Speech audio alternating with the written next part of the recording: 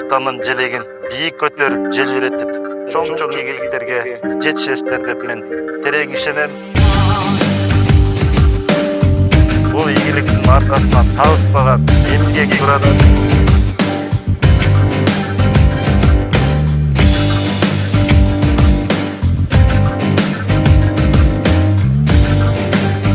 Милиция кызматкерлеринин бири мына биринчи орунду, экинчиси үчүнчү орунду ээлеп, Кыргызстандын желегин бийик көтөрүп, желбиретип, дүйнөгө таанытып, өзүнүн ишин дагы мыкты билип, ошо менен бирге спортту дагы калтырбай, мына жашынакай ийгиликтер менен келип отурасыздар да. Сиздерге чын ден соолук, узун өмүр каалайбыз.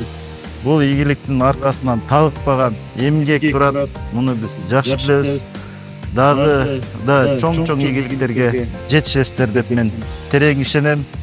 Кызматыңарда дагы, спортто дагы, үй бүлөңөрдө дагы тынчтык, аманчылык болсун. Кубок мира болду. 12 мамлекеттен келди. Жалал Абадтан бардык. Кыргызстанга катышты. Бишкек шаарында болду.